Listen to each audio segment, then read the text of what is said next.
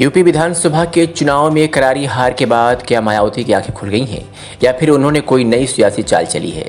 लोकसभा में दल के नेताओं की भूमिका में बदलाव से तो ऐसा लग रहा है मायावती ने रितेश पांडे को हटाकर गिरीश चंद्र जाटव को नेता सदन बनाया है, यानी ब्राह्मण को हटाकर एक जाटव को कमान, इसके अलावा एक दूसरे जाटव को ही उन्होंने लोकसभा में चीफ वीपी बनाया है। अब सवाल यह है कि क्या जाटव वोट बैंक में सिद्धमारी की आशंका के चलते तो मायावती ने यह कदम नहीं उठाया। पहले जानते हैं कौन क्या बना है। अभी तक लोकसभा में बसपा के नेता सदन रितेश पांडे थे। रितेश अंबेडकर नगर से सांसद हैं। उन्हें इस पद से हटाकर मायावती ने नगीना से सांसद गिरीश चंद्र जाटव को नेता सदन बनाया है। दूसरा बदलाव यह किया कि संगीता आजाद को लोकसभा में चीफ व्हिप बना दिया। संगीता आजमगढ़ की लालगंज सीट से सांसद हैं। जिन दो नेताओं की ताजपोशी मायावती ने की है वे दोनों जाटव समाज से हैं, यानी जिस जात से मायावती हैं और जो बसपा का कोर वोटर रहा है। मायावती ने यह बदलाव करके कई राजनीतिक निशाने साधने की कोशिश की है। वो दलित जातियों में फैली नाराजगी को दूर करना चाहती हैं। चुनाव से पहले बसपा में जिस तरह जमकर ब्राह्मण राजनीति हुई वैसा नतीजों में नहीं देखा। न तो ब्राह्मणों के वोट मिले और ना ही एक भी सीट।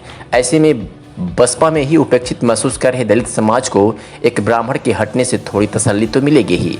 इसके अलावा मायावती ने पश्चिम से लेकर पूरब तक राजनीति को साधने की कोशिश की है।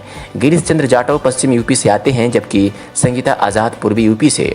इसके अलावा उन्होंने कांशीराम के नियम, जिसकी जितनी संख्या भारी उसकी उतनी हिस्सेदारी का भी पालन करना शुरू कर दिया है। दलितों में जाटव सबसे ज़्यादा हैं तो उन्हें ओहदे भी सबसे ज़्यादा मिलेंगे। इस बदलाव के पीछे समाजशास्त्री और बहुजन राजनीति को गहराई से समझने वाले प्रोफेसर विवेक कुमार ने ट्वीट कर लिखा था कि क्या बसपा अपनी बहुजन विचारधारा पर लौट रही है।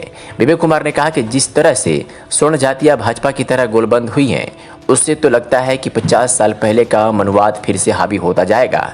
ऐसे में मनुवादी विचारधारा से लड़ने के लिए आपको अपने उसी नायक और नायिकाओं की ओर बढ़ना पड़ेगा।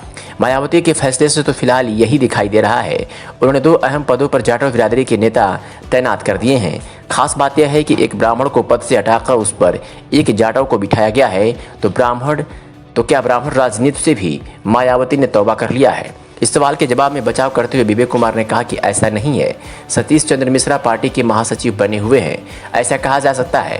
रितेश पांडे की भूमिका तभी से सवालों में आ गई थी जब से उनके पिता राकेश पांडे ने सपा का दामन थामा था। अब वे अम्बेडकर नगर की जलालपुर से सपा के विधायक बन गए हैं। अम्बेडकर नगर में बसपा के फिसलने की रफ्तार 2017 के बाद से बहुत तेज रही। 2 बड़े नेताओं राम अचल राजभर और लालजी वर्मा को मायावती ने निकाल दिया था। 2017 में बसपा के 2 विधायक थे। इस बार खाता भी नहीं खुला है। मायावती का रणनीति में ये बदलाव अपने कोर वोट बैंक को बचाने की आखिर कोशिश भी है। उन्होंने चुनाव नतीजों के बाद कहा था कि भाजपा को हराने के लिए जाटव समाज भी सपा की ओर चला गया है। अब मायावती के भीतर ये डर घर करता जा रहा होगा कि उनका आखिरी वोट बैंक भी उन्हें छोड़कर चलाना चाहे, यानी जाटव भी पूरी तरह अलग ना हो जाए।